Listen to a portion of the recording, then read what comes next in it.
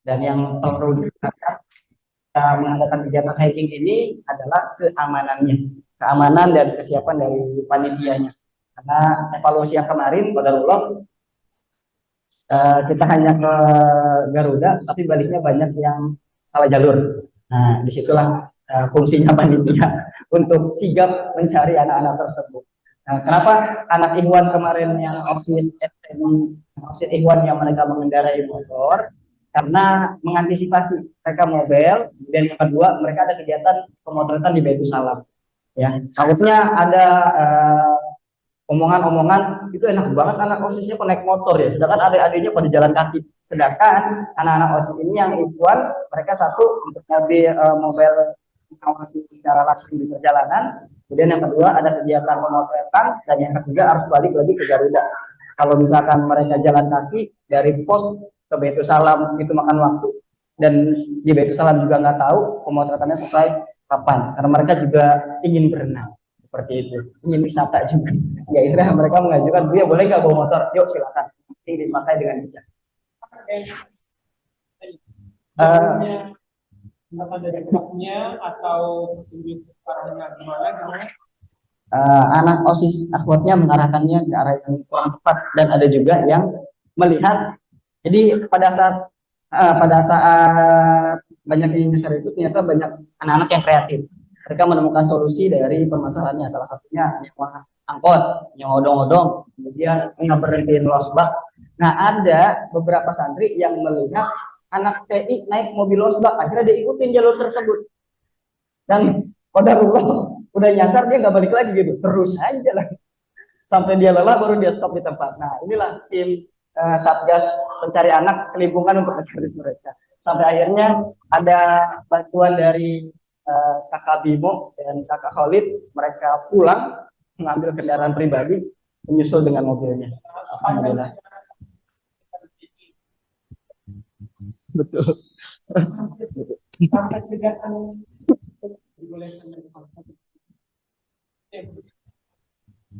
Atau evaluasinya. Mudah-mudahan anak-anak tetap konsisten mengikuti rangkaian acara yang sudah dirancang oleh panitia ya, karena harus ada orang dewasa di kelas 12 akan fokus pada ujian-ujian seperti itu. Dan sekedar informasi, mudah-mudahan di tahun yang akan datang, di semester 2 ini, di tahun 2023 kita bisa melaksanakan kegiatan yang seperti beberapa tahun yang lalu, yaitu event menulis mushaf Kecamatan Tajur Halang. Kalau beberapa tahun yang lalu kita buat event tersebut hanya Kecamatan Tajur Halang. Mudah-mudahan di tahun 2023 bisa mengadakannya se-Kabupaten Bogor. Bismillah. Insya Allah. Ustaz Mansur siap ya jadi ketuanya lagi ya. Baik, ada lagi tambahannya dari Ustadz dan Ustazah perihal kegiatan-kegiatan sekolah. Baik, silakan Ustaz. Waalaikumsalam warahmatullahi wabarakatuh. Langsung saja Ustaz, sedikit usulan dari saya. Ini terkait dengan kualitas santri kita dan juga keinginan wali santri atau orang tuanya gitu kan, supaya anak-anaknya itu punya skill gitu Ustaz. Ilmu yang mereka dapatkan di sini bisa mereka aplikasikan di rumah ataupun di masyarakat gitu kan. Contoh ya, kalau ikhwan ya, saya lebih berat ke ikhwan karena saya ngajar ikhwan. Kayak anak-anak bisa azan, bisa imam, terus pidato atau tausiah, ceramah-ceramah kayak gitu. Dan insya Allah saya lihat anak-anak itu punya bakat dan insya Allah bisa Ustaz, kalau dilatih. Cuman di pondok kita ini nggak ada waktu gitu kan Ustaz, gitu kan. Harapan saya sih disediakan waktu khusus untuk anak-anak itu bisa mengembangkan bakatnya di bidang agama ini. Karena itulah harapan orang tua yang sesungguhnya gitu kan. Mereka orang tua memasukkan anaknya ke pondok kita ini. Dan juga saya lihat kalau di pondok kita ini seperti kegiatan permuka ada bagus, ada waktunya gitu kan. Kegiatan-kegiatan yang lain seperti ekskul dan yang lain-lain juga ada. Nah, bagaimana kalau kita adakan juga kegiatan yang seperti ini, Ustaz. Insya Allah ini sangat bermanfaat sekali bagi anak-anak kita nantinya. Dan insya Allah kualitas anak-anak kita lebih bagus lah gitu nanti di masyarakat, gitu, Ustaz. Dan secara otomatis ya, insya Allah banyak nanti peminat yang masuk ke TI gitu, yang berminat masuk ke TI gitu, Ustaz. Nah, itu sih harapan saya saat ada disediakan waktu khusus gitu, Ustaz. Karena kalau dicampur adukan dengan kegiatan di pondok, contohnya tahfiz gitu kan, diganti-ganti, nah itu semakin buyar, Ustaz. Nggak bisa konsen, Ustaz. Udah saya coba gitu kan, susah, Ustaz, untuk konsentrasinya. Ada yang store ini, ada yang azan, ada yang ini. Aduh, jadi susah, Ustaz. Nah, harapan saya sih seperti itu. Terima kasih. Assalamualaikum warahmatullahi wabarakatuh.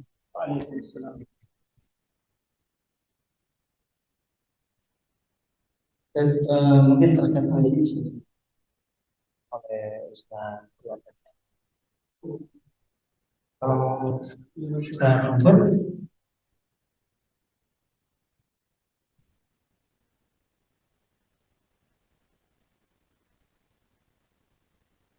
dan di sini ada dua kegiatan. Dan tentu tinggal kita paham banyak kegiatan yang kena ada dua kegiatan yang berbarengan, mau nggak mau jadi aktivitas lain. Jadi nggak ada waktu lagi. Nah, itu ya, dan banyak kegiatan seperti itu. Kapan lagi waktu ini? Karena banyak macam itu beda lagi. Bukan oleh pondok, juga dilakukan oleh sekolah. Tantangannya itu memang tantangannya bisa kita lakukan. Saya coba sedikit tambahkan lagi.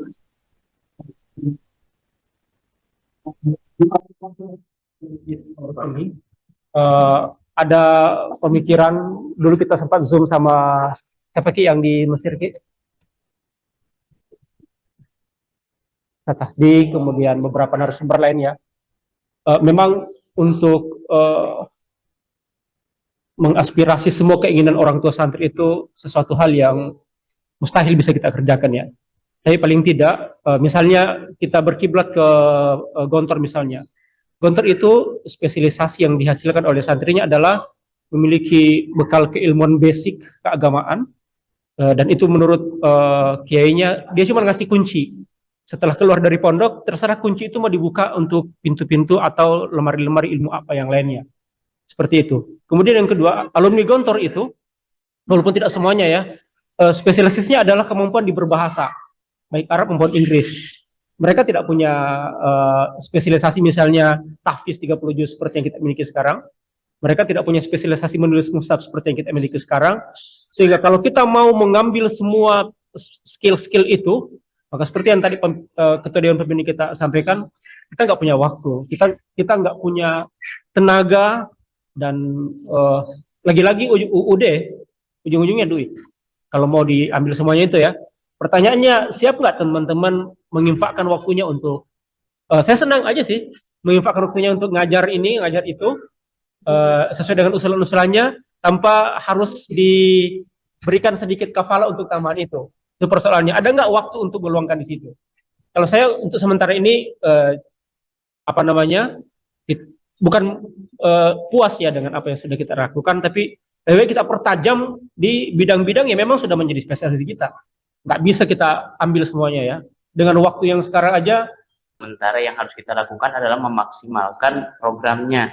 Jangan, kalau seandainya setelah maksimal, mungkin kalau memang memungkinkan mengasumsi program yang dari yang baik, ya nggak apa-apa. Jangan sampai kita pasti semua orang termasuk saya juga banyak gagasan pengen santri kayak gini. Cuman ketika saya pertimbangkan ini waktu anaknya juga udah luar biasa padat, dan memang orangnya itu juga kadang-kadang itu udah kelelahan, jadi itu akhirnya saya pendam. saya berusaha yang penting memaksimalkan apa yang memang sekarang berjalan seperti itu. Itu aja mungkin sih dari saya, kurang lebihnya mohon maaf. Assalamualaikum warahmatullahi wabarakatuh. Syukran jazakallah khairan Ustaz. Tambahnya, mungkin kalau dari sekolah bisa disiasati dari kegiatan ujian praktek, ya, dari kegiatan ujian praktek, dan itu berkesinambungan dengan pelajaran Ustaz Fani ya, PAI ya.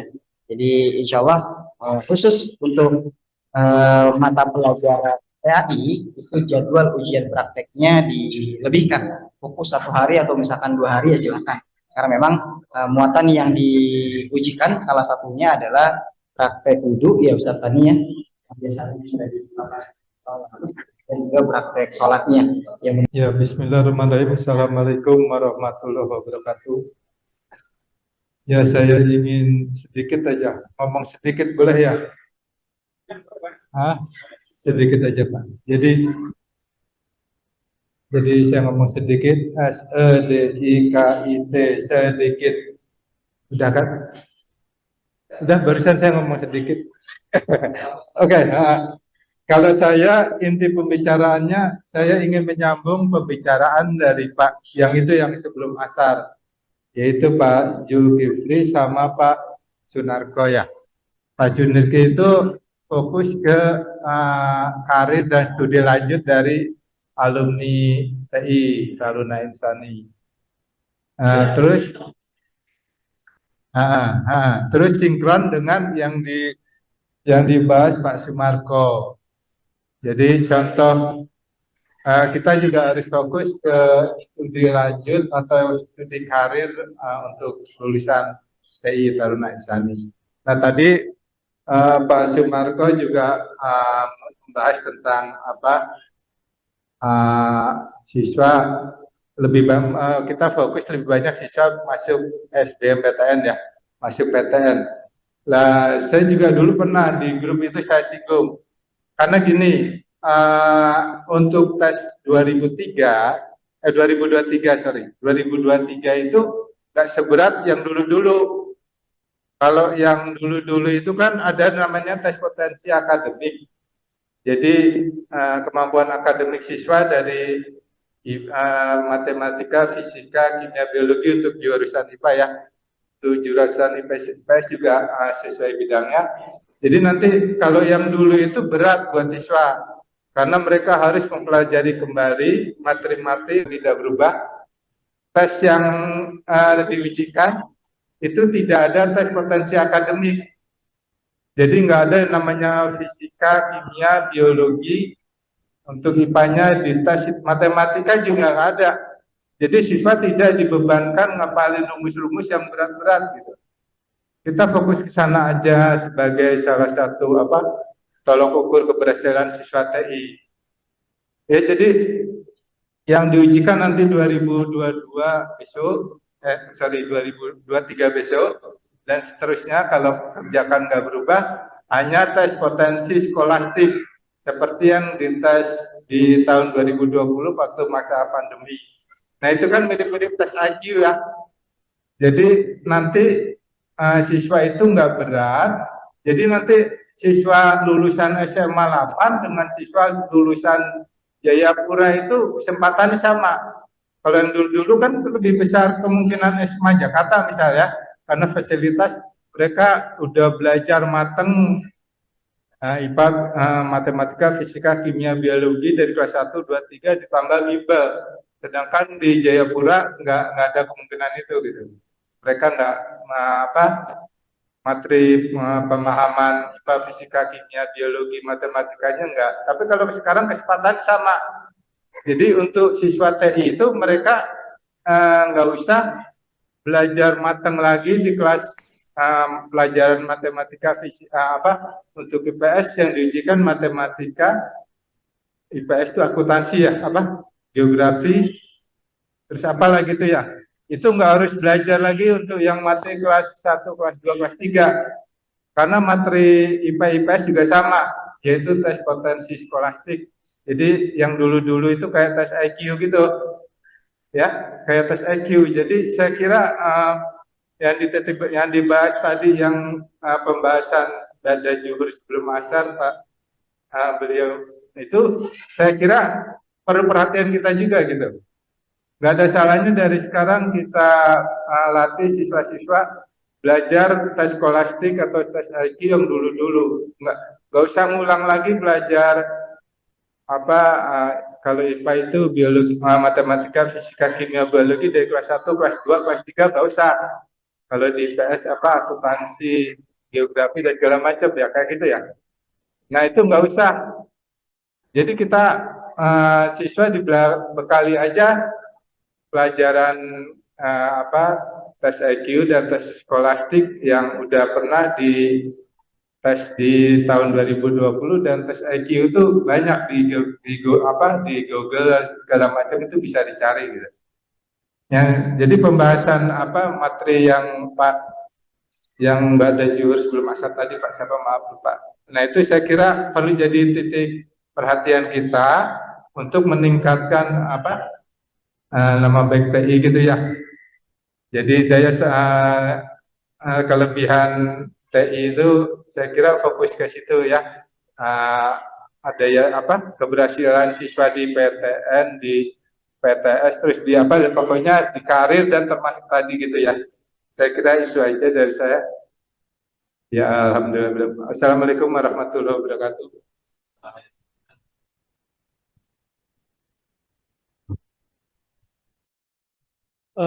Sebelum saya serahkan kepada Buya Kholis sekaligus closing ya, saya masih ingat ada semacam pesan yang dulu disampaikan oleh Pak Tony kepada saya khususnya dan juga kepada teman-teman sekalian. Mungkin Pak Tony udah lupa kali, mudah-mudahan tidak lupa bahwa anak-anak kita itu masing-masing bawa keril di pundaknya masing-masing, dan masing-masing anak itu punya kemampuan untuk membawa keril sesuai dengan anugerah yang Allah Subhanahu Wa Taala berikan sama kita, sama anak-anak itu. Dan keril itu tidak boleh diisi penuh melebihi kapasitas anak. Dan kalau melihat jadwal yang sudah kita lihat tadi dari Buya Mansur itu sudah sangat padat ya, dari jam 3 sampai jam 10 malam itu nonstop kegiatan-kegiatannya. Sehingga insya Allah masukan-masukan dari teman-teman sekalian coba kita bahas. Ini kita sisir satu-satu, mana yang menjadi skala prioritas, mana yang bisa kita lakukan di next time dan seterusnya, mana yang kita masukkan dulu ke laci meja kita untuk suatu saat kita butuhkan, kita buka lagi untuk kita jadikan sebagai evaluasi berikutnya sesuai dengan perkembangan zaman. Dan tadi Buya Edi menyampaikan satu pernyataan yang cukup bagus untuk saya. Jadi kita fokus aja dulu Ustaz ya, dengan spesialisasi yang sudah kita lakukan selama ini juga cukup bagus lah ya, dengan alumni-alumni yang sudah kita buat, sudah ada yang mendunia dan seterusnya ya. Hafiz Quran 30 juz dan yang lain itu sudah prestasi yang cukup bagus lah. Dengan masa masa bakti yang belum terlalu lama ya, masih umur bayi lah keberadaan kita di sini. Apabila selesai dengan Ustadz Pri misalnya diamanahkan kurang lebih 4 tahun, ini masuk tahun kelima. Ya masih banyak memang evaluasi yang perlu kita indikan, tapi insya Allah dengan apa yang sudah kita lakukan sekarang ini kita bersyukur kepada Allah Subhanahu Wa Taala.